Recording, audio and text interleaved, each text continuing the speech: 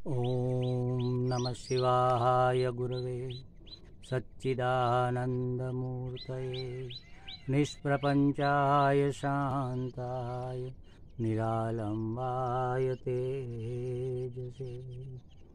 हरिओम प्रभु जी। आज के इस प्रश्न परिषद में आप सबका स्वागत है।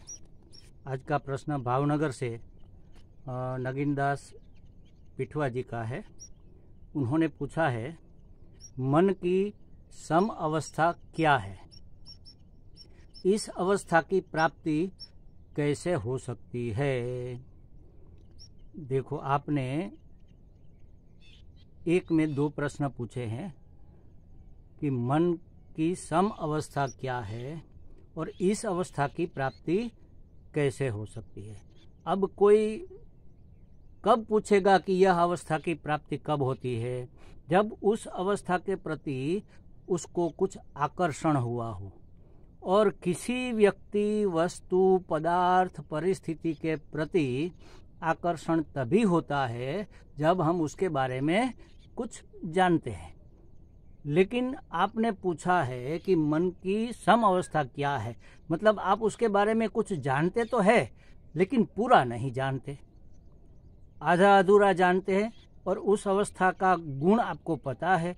उस अवस्था की प्राप्ति से शांति, संतोष, सुख, आनंद इत्यादि मिलने वाला हो सकता है, ऐसा आप मानते हैं। इसलिए आपने किसी ने भी अगर ये ऐसा पूछा है तो इसका मतलब यही है कि उस अवस्था की प्राप्ति करके आनंद ही प्राप्त करना चाहते हैं।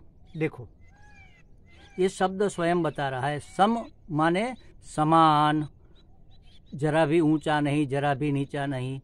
अब मन में समानता क्या होगी? मन असम कब रहता है?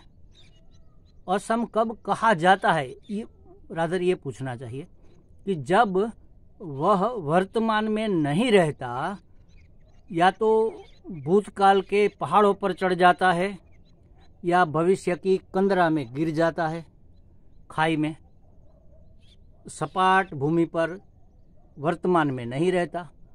तो ये तीन स्थिति है।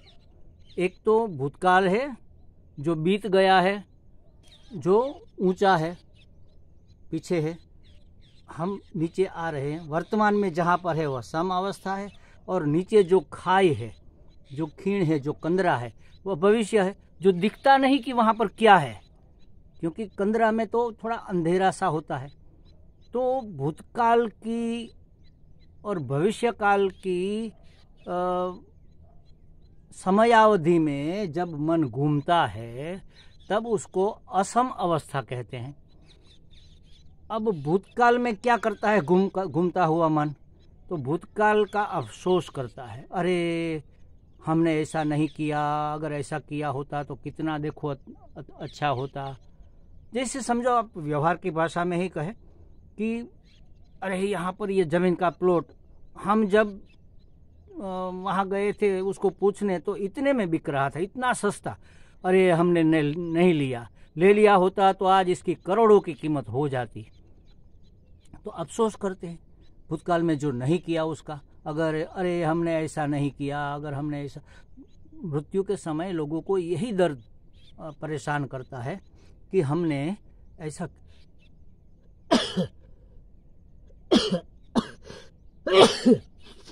क्यों नहीं किया, हमने वैसा क्यों नहीं किया। और जो सात्विक पुरुष थोड़ा भी होता है उसको अफसोस होता है कि अरे हमने समय था तब साधना नहीं की, परमात्मा प्राप्ति का कोई प्रयत्न नहीं किया। अफसोस करते हैं। भूतकाल वापस आ नहीं सकता, अफसोस का कोई मतलब भी नहीं है, फिर भी हम करते रहते हैं। अरे उस समय हमने ये नहीं किया, वो नहीं किया, उसके साथ संबंध नहीं रखा, हमने अपने गुस्से में आकर, क्रोध में आकर उनसे बिगाड़ दिया, कितना हमने नुकसान कर लिया अपना, जो हमें प्राप्त होने वाला था उसके कारण वो नहीं हो पाया। भूतकाल का अफसोस करते, भविष्य की चिंता करते, अरे कल क्या होगा, ऐसा होगा तो फिर क्या होगा, वैसा होगा तो फिर क्या करेंगे, और अपने बच्चों का क्या होगा, अपने भविष्य का क्या होगा, अपनी कल की चिंता करते, वर्तमान में नहीं रहते। वर्तमान का मोह भी होता है, जो भी अभी हमें कंफर्ट मिला है, सुविधाएं मिली है, उसको छोड़ना हम नहीं चाहते किसी भी तरह। और संसार का यह नियम है कि हर एक वस्तु, व्यक्ति, परिस्थिति, पदार्थ छूटते ही छूटते हैं और हम छोड़ना चाहते नहीं। जबरदस्ती छूट जाते हैं तो दर्द होता है, दुख होता है। किसी जैसे समझो कि फल है, पेड़ पर लगा हुआ है, पक जाए अपने आप गिर जाता है नीचे, लेकिन अभी कच्चा है तो उसको तोड़ेंगे तो उसमें से कुछ लिक्विड निकलेगा, या तो दूध जैसा सफ़ेद निकलेगा या पानी जैसा कुछ निकलेगा। ये दर्द का प्रतिपादक है, ये दर्द बताता है कि वृक्ष को दर्द हो रहा है। उसी तरह हमारी किसी भी वस्तु, हमारे देखो नाखून है, जो मृत हो गए, जो बाहर आ गए, उसको काटोगे कुछ नहीं होगा, लेकिन जिंदा नाखून जरा भी कट जाए तो पीड़ा का पार नहीं रहता।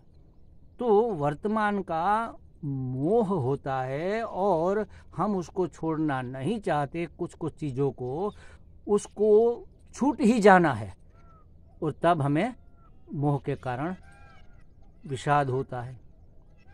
तो ये तीन चीज़ें, भूतकाल के अफसोस, भविष्य की चिंता और वर्तमान का मोह, इसमें जब मन रमण करता है, कभी भूत में चला जाता है, कभी भविष्य में। हम कहते हैं ना, वो उसको भूत ने पकड़ा है। भूत पकड़ता होगा शायद, पता नहीं, लेकिन ये भूत तो हर एक को पकड़े हुए है कि हम छोटे थे तब ऐसा था। हम बूढ़ों को देखो, आप बस वही बात करते हैं, हमारे ज़माने में ऐसा था। क्या कर लिया आपने? आपके ज़माने में ऐसा था, फिर भी जो करना था वो तो नहीं कर पाए, पंचायत करते रहे बस। तो सब नहीं ऐसे होते, ये तो मैं कहने के लिए कह देता हूँ। कहने का मतलब यही है कि भूतकाल का अफसोस करने का कोई मतलब ही नहीं है, भविष्य की चिंता भी करने का मतलब नहीं, क्योंकि जो होना है वही होगा, हमारे हाथ में कुछ है नहीं। वर्तमान को संवारो तो भविष्य भी उज्जवल हो जाएगा, और जब भविष्य में प्रवेश करोगे तो आपका भूतकाल भी प्रज्वलित होगा, क्योंकि आपने वर्तमान में जो किया है वही तो भूतकाल बनेगा। तो ऐसे वर्तमान का मूल्य करते हुए उसमें जो करने योग्य है वही करे, जो नहीं करने योग्य है उसको छोड़े, और शांति से अपने जीवन व्यवहार को, अपने मानस को स्थिर रखकर करे। इसी का नाम है समअवस्था, और समअवस्था कोई नहीं है। देख लो, मन जागृत जब होता है, जब हम जागृत होते हैं ना, वो जागृत का जो अनुभव करता है चैतन्य, जागृताभिमानी चैतन्य कहते हैं उसको। जागृत का जो अभिमानी चैतन्य मानता है कि मैं जागृत हूँ, मैं देख रहा हूँ, मैं बोल रहा हूँ, मैं सुन रहा हूँ, मैं ये कर रहा हूँ, मैं वो कर रहा हूँ, मैं ये भोग रहा हूँ, ये जो समझता है उसको विश्व कहते हैं। जागृत का अभिमानी चैतन्य विश्व नाम से जाना जाता है। इसके बाद आता है स्वप्न। तो स्वप्न का अभिमानी चैतन्य है, उसको तेजस कहते हैं। उसका स्वप्नाभिमानी चैतन्य का नाम तेजस है। और फिर आ जाती है निद्रा, सुषुप्ति। तो सुषुप्त्याभिमानी चैतन्य का नाम प्राज्ञ है। अच्छा, उन तीनों को, उन तीनों अवस्था में कौन जानता है? मैं बोल रहा हूँ, आप सुन रहे हैं। अब देख लो, आप कोई है अंदर आपके जो जानता है कि आप सुन रहे हो। सुनने वाले को आप जानते हो, सुनने वाला है जागृत का सुनने वाला विश्व, उसको आप जानते हो। स्वप्न में जो स्वप्न देखता है, स्वप्न दृष्टा, उसको तेजस कहेंगे। स्वप्न का अभिमानी चैतन्य, उस चैतन्य ने स्वप्न देखा, किसने जाना? निद्रा में तो समझो कि आप बिल्कुल सो ही गए हो, सभी इंद्रियां विराम ले चुकी है, तब भी सुबह में उठकर आप कहते हो कि बड़ी अच्छी नींद आई। किसने बताया आपको? बड़ा आनंद आया, मज़ा आ गया, ऐसा आप कहते हैं। यहाँ ढोल बज रहे थे, अरे ढोल बज रहे थे, मुझे कुछ पता नहीं, मैंने कुछ नहीं जाना उस समय। ये किसने बताया? कोई तो था वहाँ पर जो प्राज्ञ का अभिमानी जो चैतन्य है उसको भी जानता था। तो विश्व, तेजस, प्राज्ञ को जो जानने वाला है उसको कहेंगे साक्षी। अगर साक्षी में आपकी स्थिति हो जाए तो मन सम अवस्था में आ सकता है। मन की साम्यावस्था अगर आपको चाहिए तो आप साक्षी बनकर रहो, जो भी होता है उसके साक्षी मात्र बनो, मतलब कि उसके ज्ञाता और दृष्टा बनो, उसको जानो, उसको देखो, कुछ करो नहीं, जो हो रहा है होने, मतलब कुछ करो नहीं, आपको कोई काम नहीं करना, ये बात नहीं है। काम करेगा, कौन करेगा? आपका शरीर करेगा, वो जागृत का अभिमानी विश्व है, वह सब करेगा, देखेगा भी, खाएगा भी, आएगा भी, जाएगा भी, बैठेगा भी, उठेगा भी, बोलेगा भी, सुनेगा भी, सब करेगा, उपकार करेगा भी, उपकार लेगा भी, सब करेगा वो। लेकिन आप नहीं करोगे, उसमें मैं करता हूँ यह भाव जब अंदर मिश्रित हो जाता है तब कर्तापन आ जाता है, और ये करता हुआ वह भोगता भी होगा, और कर्ता जो हुआ वो भोगता भी होगा, तो भोगने के लिए सुख भी आएंगे, दुख भी आएंगे, क्योंकि कर्म आपने अच्छे भी किए होंगे, बुरे भी हो गए होंगे, नहीं किए होंगे तो हो गए होंगे, फल तो मिलेगा ही मिलेगा। तो सुख दुख भोगने वाला भोगता आप बनोगे। अरे मर गया, अरे बहुत पीड़ा है, बहुत परेशानी है, बहुत समस्याएं हैं, ये सब क्यों है? क्योंकि आपने अपने आप को कर्ता माना था, इसलिए आपने अपने आप को भोगता भी माना।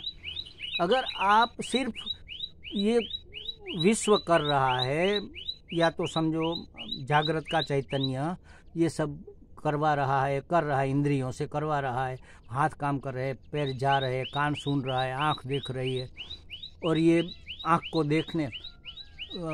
देखने की प्रेरणा देने वाला जो विश्व है उसको आप देख रहे हो, जान रहे हो, तो आप साक्षी हो।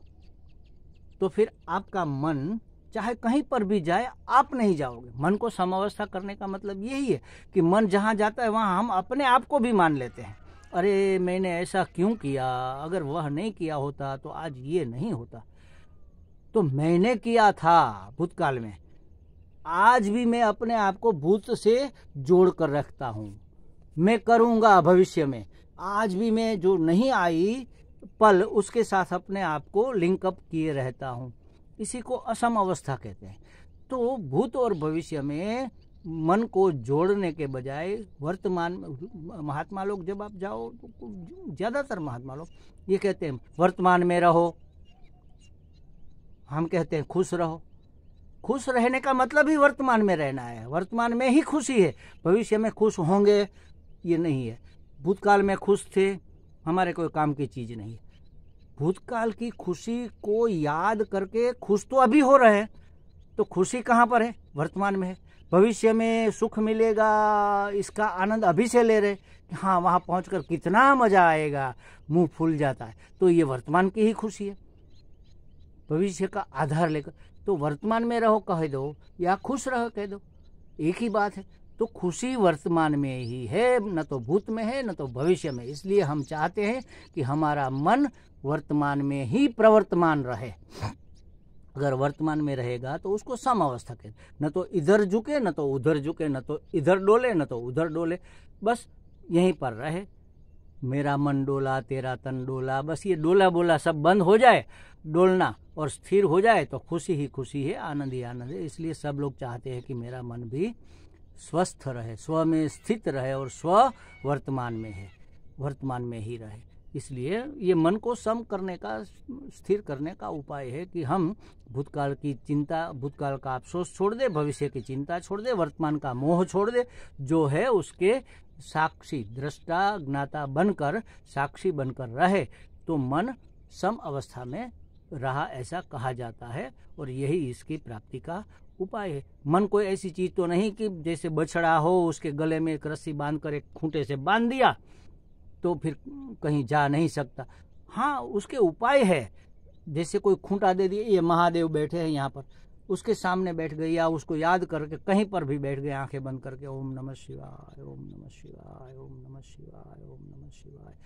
पास में वो जो ये बड़ा वाला शालिग्राम है, ओम नमो भगवते वासुदेवाय, ओम नमो भगवते वासुदेवाय, ये हमारे लिए खूंटे का काम करेगा। भगवान का नाम, भगवान का विग्रह, भगवान का चिन्ह, लिंग, तो उससे अपने मन को बांध कर रख सकते हैं। लेकिन फिर भी ज़्यादा देर बंधा नहीं रहेगा, भागेगा, उसको आदत है। फिर जब जब यतो निस्सरति, जैसे जैसे मन भागे, भगवान ने कहा गीता जी में, पकड़ कर वापस उसको लाओ। जिस जिस कारण से भागे उस कारण से उसको वापस बुला कर लाओ। ये अभ्यास है। ये अभ्यास करने से मन को आदत पड़ती है, आदत बनती है मन की वर्तमान में रहने की, वरना वह या तो भूतकाल में चला ही जाएगा, भविष्य में चला ही जाएगा। साक्षी बने रहो। भूतकाल में जाता है तो अगर जाता है तो जाने दो, साक्षी बने रहो। हाँ देखो, मन भविष्य भूतकाल की बातें सोच रहा है, मन भविष्य की बातें सोच रहा है, हम देख जान रहे हैं, बस हम साक्षी मात्र है, दृष्टा ज्ञाता मात्र है, मात्र साक्षी है। तो कोई परेशानी, अपने आप मन वापस आ जाएगा। तो ये है मन को सम करने का, इसी को कहते हैं मन को वश करने का उपाय। तो मन को सम करो, मन को वश करो, सभी एक ही बातें हैं। हमें लगता है नगीन दास जी को कुछ बातें समझ में स्पष्ट हो गई होगी। हरि ओम।